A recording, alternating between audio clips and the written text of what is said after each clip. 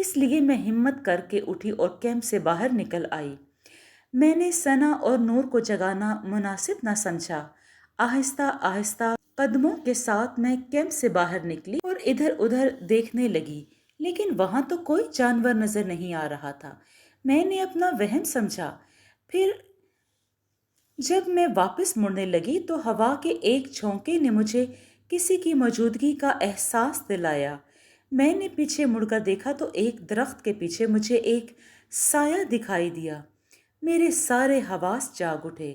میں لاشعوری طور پر اس سائے کے جانب بڑھنے لگی، لیکن جب میں اس کے قریب پہنچی تو اس سائے کو دیکھ کر میرے حواس بجھ کر رہ گئے۔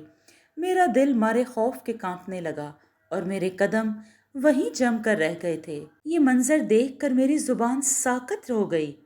جب میں اس کے قریب پہنچی تو اس سائے کو دیکھ کر میرے حواس بجھ کر رہ گئے۔ میرا دل مارے خوف کے کانپنے لگا اور میرے قدم وہیں جم کر رہ گئے۔ یہ منظر دیکھ کر میری زبان ساکت ہو گئی۔ جب تک میں اپنے آپ کو سنبھال پاتی تب تک وہ سایہ وہیں پر ہی موجود تھا۔ وہ سایہ کسی جانور کا نہیں بلکہ ایک نوجوان لڑکے کا تھا، اور اس کی مسکراہٹ سے ایسے محسوس ہوا تھا جیسے وہ اس وقت کسی جنگل میں نہیں بلکہ اپنے کسی عالی شان محل میں کھڑا ہو۔ وہ نوجوان ابھی تک کھڑا مسکرا رہا تھا۔ اس کی مسکراہٹ کو دیکھ کر مجھے اپنا خوف کم ہوتا ہوا محسوس ہوا، لیکن مجھے کچھ سمجھ نہیں آ رہا تھا کہ یہ کون ہے اور اتنی رات کو اس گھنے جنگل میں کیا کر رہا ہے۔ اس سے پہلے کہ میں کچھ پوچھنے کی ہمت کرتی، اس نے خود ہی کہا، میرا نام زریاب ہے اور میں تمہارا ہی انتظار کر رہا تھا۔ اس کی یہ بات سن کر میں حیران رہ گئی۔ مجھے کچھ بھی سمجھ نہیں آ رہی تھی کہ میں کیا کروں۔ میں اس سے کچھ قدم پیچھے ہٹ گئی۔ اس کی آواز سنائی دی، عائشہ رکو، میری بات سنو۔ اس کی زبان سے اپنا نام سن کر خوف سے میرا برا حال ہونے لگا کہ یہ میرا نام کیسے جانتا ہے۔ لیکن اس وقت ایک اور بات مجھ پر بجلی کی طرح گری، اور وہ یہ کہ وہ نوجوان ایک انسان نہیں بلکہ ایک جن تھا۔ اس نے مجھ سے کہا، میں بہت عرصے سے تمہیں چاہتا آ رہا ہوں، تم مجھے بہت ہی پسند ہو۔ میں نے بہت کوشش کے بعد ہمت کر کے زبان کھولی، انسانوں اور جنات کی دنیا بہت الگ ہوتی ہے۔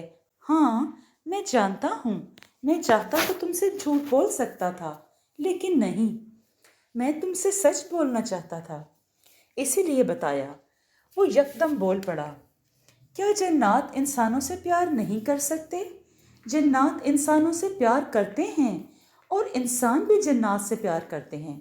ایسا ہو جانا کوئی مشکل کام نہیں اور نہ ہی ناممکن ہے۔ ہاں کچھ تھوڑا سا عجیب ہے۔ وہ بولتا جا رہا تھا اور میں اس کی باتیں سنتی جا رہی تھی۔ مجھے اب اس سے بالکل بھی خوف نہیں آ رہا تھا، کیونکہ میں جان گئی تھی کہ وہ مجھے کوئی بھی نقصان نہیں پہنچا سکتا۔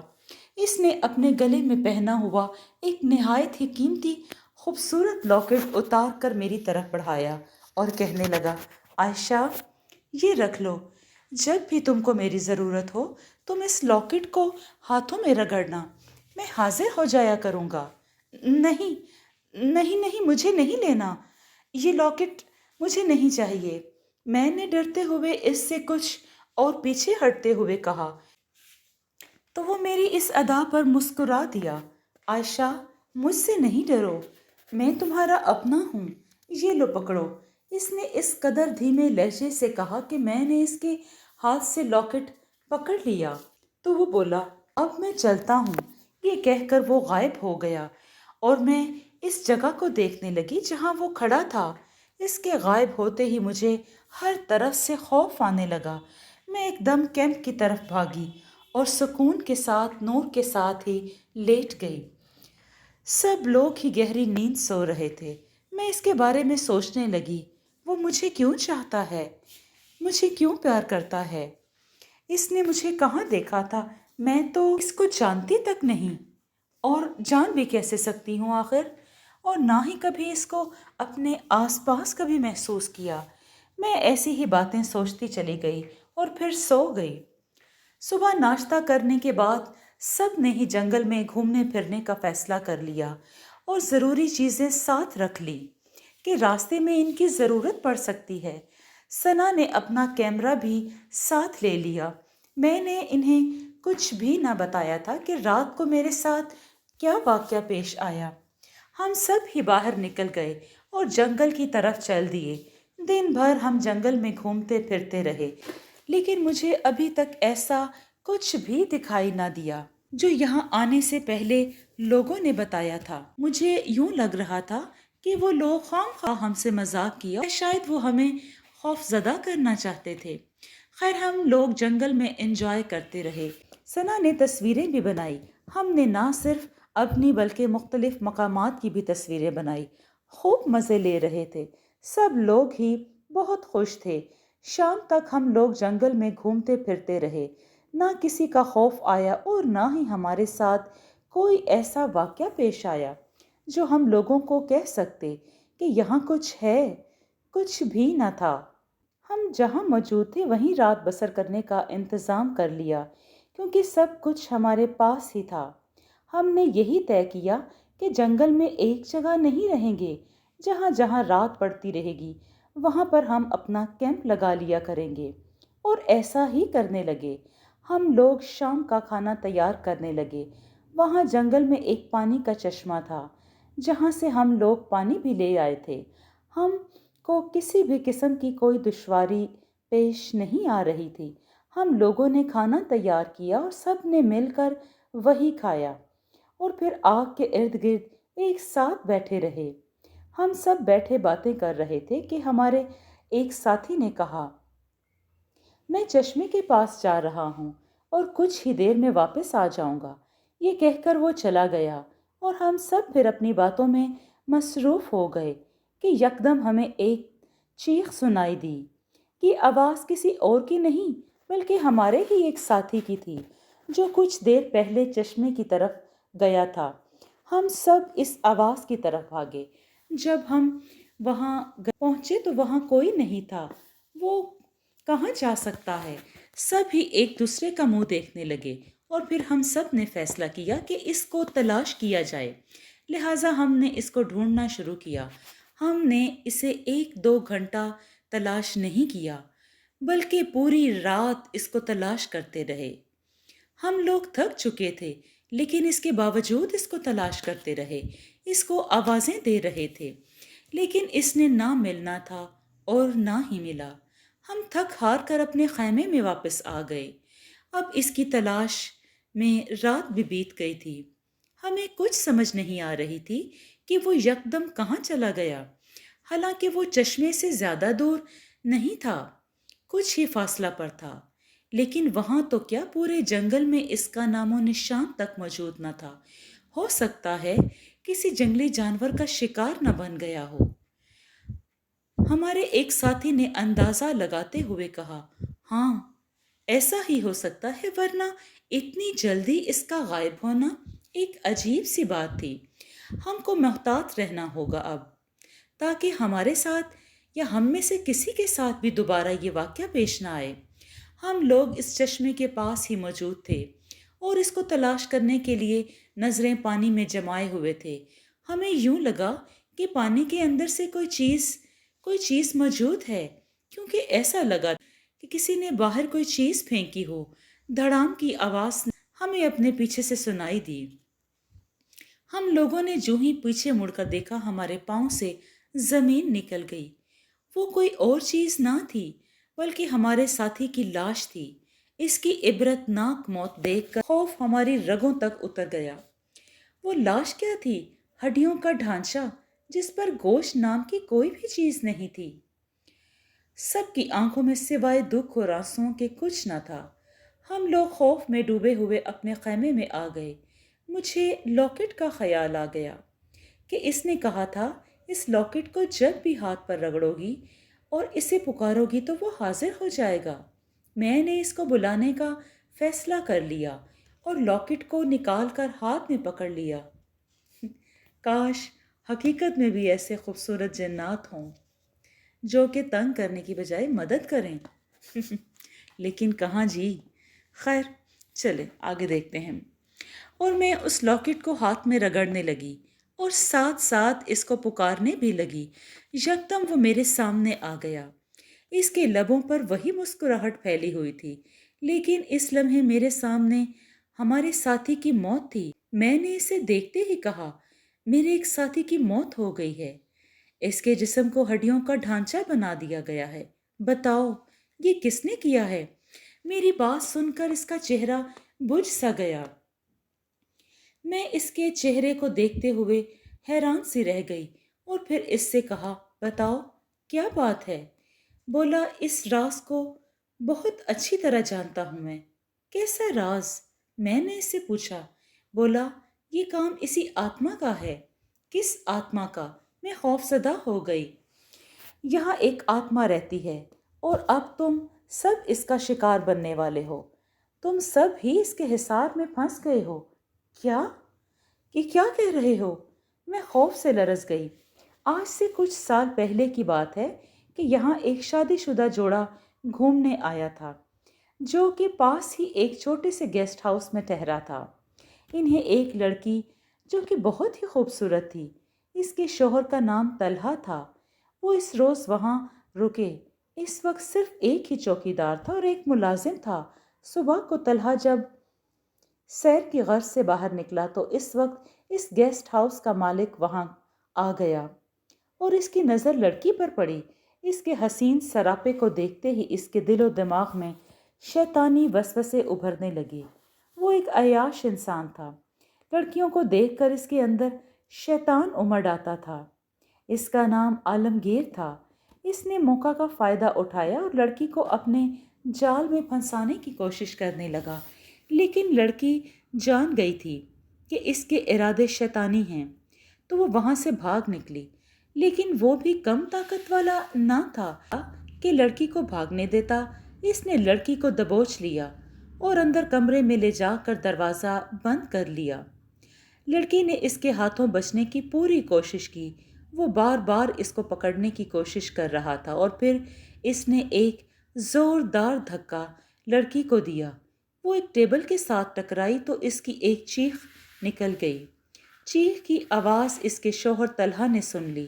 وہ تیزی سے ہوٹل پہنچ گیا، لیکن جب وہ کمرے میں داخل ہوا تو وہاں لڑکی کی زخمی لاش پڑی ہوئی تھی۔ اپنی بیوی کی موت کو دیکھ کر وہ خونخوار ہو گیا اور عالمگیر کی طرف بڑھنے لگا۔ عالمگیر نے جان لیا کہ وہ اس پر حملہ کرنا چاہتا تھا، لہٰذا اس نے اسی کانچ کے ٹکڑے سے اس کی گردن کاٹ دی، جس سے ٹکرا کر لڑکی زخمی ہوئی تھی۔ وہ بھی تڑپ تڑپ کر مر گیا۔ عالمگیر نے ان دونوں کی لاشوں کو چشمہ کے قریب پھینک دیا، لیکن وہ درندہ صرف انسان زیادہ دن بچ نہ سکا۔ ایک دن اس کی لاش گیسٹ ہاؤس میں پڑی دکھائی دی۔ اس کو کسی نے بری طرح قتل کیا تھا۔ اس کے جسم کے گوشت کے ٹکڑے ٹکڑے کر دیے تھے۔ بس اس کے بعد قتل کا یہ سلسلہ چلنے لگا اور یہاں تک کہ جنگل میں جو بھی آتا وہ موت کے گھاٹ اتار دیا جاتا۔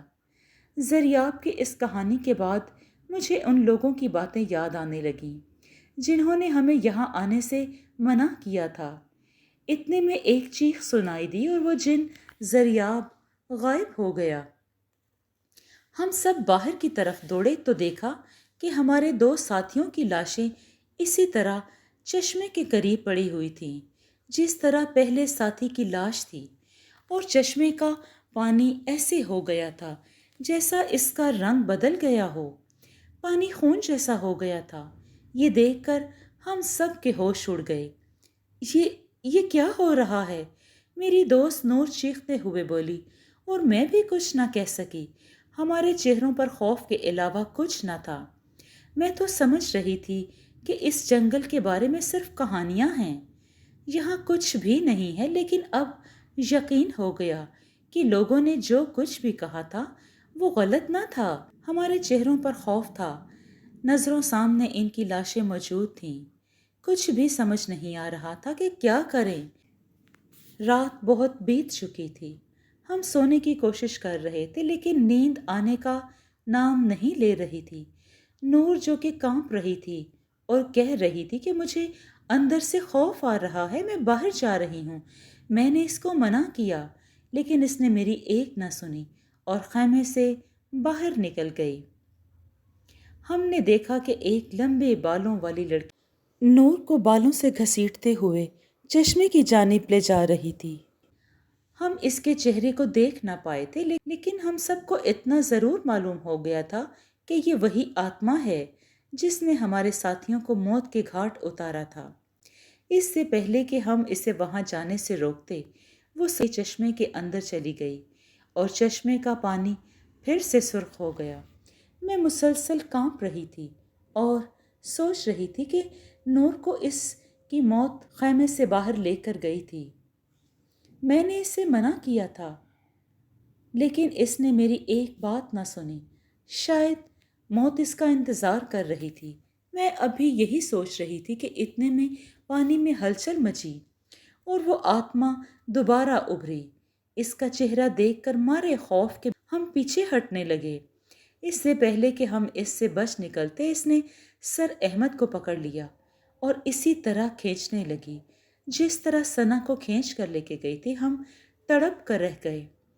سب کچھ دیکھنے کے باوجود ہم کچھ بھی نہیں کر پا رہے تھے۔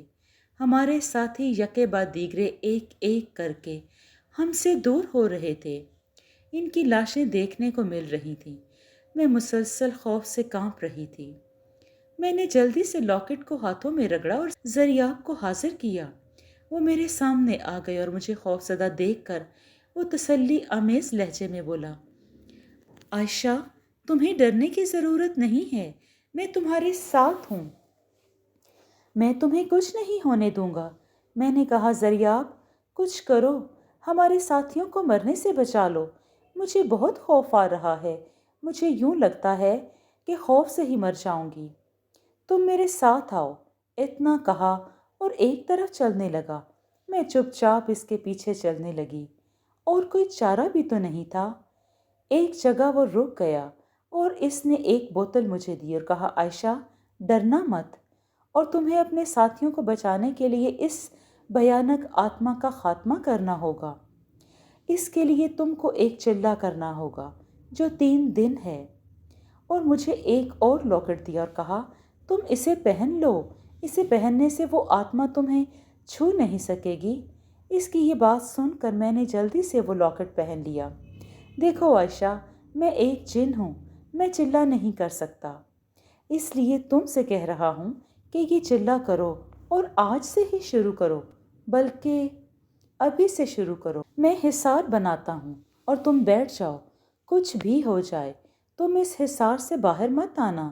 اور پھر مجھے چلے کا ورد یاد کرانے لگا جو میں نے کچھ دیر کی محنت کے بعد یاد کرنے لگ گیا، اور پھر میں نے چلہ شروع کر دیا۔ مجھے ڈراؤنی آوازیں سنائی دینے لگیں کہ تم ہمارا کچھ نہیں بگاڑ سکتی۔ یہ آواز ایک ایسے خوفناک چڑیل کی تھی کہ جن کے دانت بہت لمبے تھے اور ان کی آنکھوں کی جگہ گھڑے تھے، ان کے بال بہت لمبے تھے، اور وہ میری طرف بڑھنے لگی۔ میں اسے اپنی طرف بڑھتے ہوئے دیکھ کر کانپ کر رہ گئی اور اٹھنے لگی، لیکن پھر یہ سوچ کر بیٹھ گئی کہ اگر باہر نکل گئی تو یہ مجھے مار ڈالیں گی اور اندر تو نہیں آئیں گی۔ زریاب نے مجھے یہی پٹی پڑھائی تھی، کچھ بھی ہو جائے تم یہاں سے باہر نہیں نکلو گی۔ عائشہ، تمہیں نہیں ڈرنا، وہ تمہیں کچھ نہیں کہیں گی، تم بس اپنا کام کرتی جاؤ۔ اس کی آواز سن کر مجھے تسلی ہو گئی اور مجھ میں ہمت پیدا ہو گئی کہ وہ میرے ساتھ ہے اور مجھے کچھ نہیں ہونے دے گا۔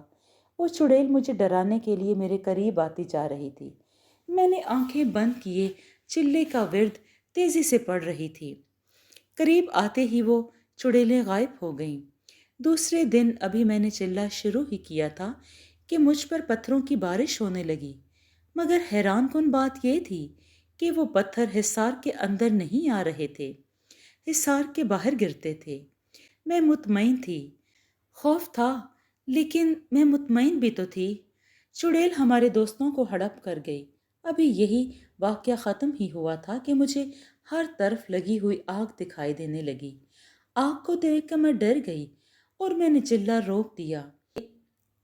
مجھے ڈر تھا کہ وہ آگ میرے ساتھیوں کو جلا کر راکھ کر دے گی، لیکن پھر مجھے زریاب کی آواز سنائی دی، اپنا کام کرتی رہو، چلے کو مت روکو، یہ صرف تمہیں دھوکہ دیا جا رہا ہے، ایسا کچھ بھی نہیں ہے۔ مجھے پھر حوصلہ ہوا اور میں چلا کرتی رہی، اور یوں یہ واقعہ بھی ختم ہو گیا۔ میرے چلے کا دوسرا دن ختم ہوتے ہی تمام طرف مجھے آگ بجھتی دکھائی دی اور ہر طرف سکون ہو گیا کہ پھر کچھ دیر بعد یکدم مجھے ایک درندہ دکھائی دیا۔ اس کو دیکھتے ہی میں لرز گئی۔ اس کی زبان پر سے خون بہہ رہا تھا اور وہ مجھے سرخ آنکھوں سے گھورے جا رہا تھا اور پھر بولا، تم اور تمہارے ساتھی میرے ہاتھوں سے مارے جاؤ گے، کوئی بھی مجھ سے زندہ نہیں بچ سکے گا۔ اتنا کہہ کر وہ میری طرف بڑھنے لگا اور مجھے یوں لگا کہ جیسے خوف سے میرا دل باہر نکل آئے گا۔ جی چاہا کہ بھاگ جاؤں، لیکن ایسا نہ کر سکی کیونکہ میں جانتی تھی کہ زریاب میرے آس پاس ہی کہیں ہے، وہ میرے پاس ہی کہیں موجود ہے۔ لیکن میری نظریں درندے پر ہی تھیں جو مجھے ڈرانے کے بعد ایک طرف کیمپ کی طرف چل دیا اور وہاں سے ثنا کو پکڑ کر لے آیا۔ وہ چیختے ہوئے بولا، اگر تم نے یہ چلا کرنا نہ چھوڑا تو میں تمہاری دوست کو کھا جاؤں گا۔ میں سوچنے لگی کہ کیا کروں، باہر نکلوں یا پھر زریاب کی بات یاد آ گئی۔ عائشہ، اگر تم نے اپنا چلا چھوڑا تو نہ صرف تمہارے ساتھی موت کے حوالے ہو جائیں گے بلکہ تم خود بھی ماری جاؤ گی۔ یہ ثنا نہیں ہے، یہ صرف تمہیں دھوکہ دیا جا رہا ہے، تم اپنے چلے کو جاری رکھو۔ ثنا اس کے ہاتھوں میں تڑپتی ہوئی دکھائی دے رہی تھی اور وہ مجھے پکار رہی تھی کہ مجھے بچا لو۔ ایسے ہی رات بیت گئی اور وہ ثنا کو کھا گیا۔ صبح چلا ختم کرنے کے بعد جب میں خیمے میں گئی تو پتہ چلا کہ وہ ثنا کو کھا گیا ہے۔ میں تو سمجھ رہی تھی کہ وہ کوئی چال ہے، لیکن نور کو وہ حقیقت میں مار کر کھا چکا تھا۔ میں ثنا کی جدائی میں رو رہی تھی اور میری دونوں سہیلیاں ایک ایک کر کے موت کے منہ میں چلی گئی تھیں۔ ان کی موت کو دیکھ کر میرے اندر غصہ بھر آیا۔ میں نے خود ہی سے کہا، اب جو بھی ہو جائے، اب اس فاطمہ کو زندہ نہیں چھوڑوں گی، اپنے ساتھیوں کی موت کا عبرتناک انتقام لوں گی۔ بس جو ہی رات ہوئی میں نے چلا شروع کر دیا اور وہ ورد پڑھنے لگی۔ اب چلا شروع کیا ہی تھا کہ کئی چڑیلیں میرے سامنے آ گئیں۔ ان سب کے ہی پاؤں الٹے تھے اور لمبے لمبے دانت تھے، ان کے منہ سے خون بہہ رہا تھا۔ ایسا لگتا تھا کہ وہ ابھی کسی کا خون پی کر آ رہی ہوں۔ بال اتنے لمبے تھے کہ زمین پر ٹکرا رہے تھے، رنگ کالے سیاہ، اور ان کی آنکھوں میں جیسے بلب لگے تھے، لال رنگ کی روشنی نکل رہی تھی۔ میں یہ سب دیکھ کر کانپ کر رہ گئی اور میرا دل جیسے دھڑکنا ہی بھول گیا ہو۔ لیکن پھر میں نے اپنی دوستوں کو یاد کیا جو کہ موت کی نظر ہو چکی تھی، ان کے بھیانک انجام کو دیکھا اور پھر اپنے اندر حوصلہ پکڑا اور پھر آنکھیں بند کر کے ورد کو تیز تیز پڑھنے لگی۔ وہ چڑیلیں جیسے ریسے قریب آتی گئیں، وہ حصار پر پاؤں رکھتے ہی ان کے جسم کو آگ لگ گئی اور وہ جل کر راکھ بن جاتی۔ اس کے بعد کسی چڑیل کی آگے آنے کی ہمت نہ ہوئی، وہ دور سے ہی مجھے ڈرا اور دھمکا رہی تھی۔ یکدم خون کی بارش ہونے لگی۔ حصار کے باہر مجھے خون ہی خون دکھائی دے رہا تھا۔ یہ منظر اتنا ڈراؤنا تھا کہ اس وقت مجھے بے حد خوف آیا، اور جب وہ آتما میرے سامنے آئی، اس کے قبضے میں میرے تمام ساتھی تھے۔ وہ بولی، اگر تم اپنے ساتھیوں کو بچانا چاہتی ہو تو چلا چھوڑ کر باہر آ جاؤ، ورنہ ایک ایک کر کے میں ان سب کو مار ڈالوں گی۔ میں نے دل میں سوچا کہ اب جو ہونا ہے ہو جائے، میں چلا نہیں چھوڑوں گی۔ میں نے اپنی تمام توجہ چلے پر کر دی اور میرے چلے کا وقت ہونے والا تھا کہ مجھے زریاب کی آواز سنائی دی، عائشہ، یہ پانی کی بوتل اس چڑیل پر پھینک دینا، اس کو آگ لگ جائے گی اور یہ ہمیشہ ہمیشہ کے لیے ختم ہو جائے گی۔ میں نے بوتل کو دیکھا جو میرے پاس ہی پڑی ہوئی تھی۔ مجھے آتما اپنی طرف آتی ہوئی دکھائی دی۔ اس کے چہرے سے لگ رہا تھا کہ وہ بے بس ہو چکی ہے، اپنی تمام ہمت ہار چکی ہے۔ میرے سامنے آ کر وہ رک گئی اور مجھ سے بولی، عائشہ مجھے معاف کر دو اور باہر آ جاؤ، میں تمہیں کچھ نہیں کہوں گی۔ میں نے آج اسے بہت غور سے دیکھا، وہ بہت ہی بھیانک تھی، اتنی خوفناک۔ اس کا چہرہ اگر میری جگہ کوئی اور ہوتا تو شاید اس کا دل بند ہو جاتا۔ میں بھلا اب اس کو کیسے چھوڑ سکتی تھی؟ اس نے میرے ساتھیوں کو موت کی نیند سلایا تھا اور ہمارے بہت ہی پیارے ٹیچر سر احمد کو بھی قتل کیا تھا۔ اس کے گوشت سے اپنی بھوک مٹائی تھی۔ میں بھلا اس کو کیسے معاف کر سکتی تھی؟ کبھی نہیں۔ میں اپنا چلہ مکمل کرتی جا رہی تھی۔ جب میں نے اپنا چلہ مکمل کر لیا تو پانی کی بوتل کو ہاتھ میں پکڑ لیا اور اس کا ڈھکن کھولا اور سارا پانی اس آتما پر ڈال دیا، کیونکہ وہ میرے چلے کی وجہ سے بہت کمزور پڑ چکی تھی۔ میرا ایسا کرنے کی دیر تھی کہ اس کے منہ سے بھیانک چیخیں نکلنے لگیں۔ اس کو آگ لگ گئی، وہ تڑپنے لگی۔ آگ نے پوری طرح اس کو جلانا شروع کر دیا۔ وہ چیخیں بھی جا رہی تھی اور ادھر ادھر بھاگے بھی جا رہی تھی۔ آگ نے پوری طرح اس کو اپنی لپیٹ میں لے رکھا تھا۔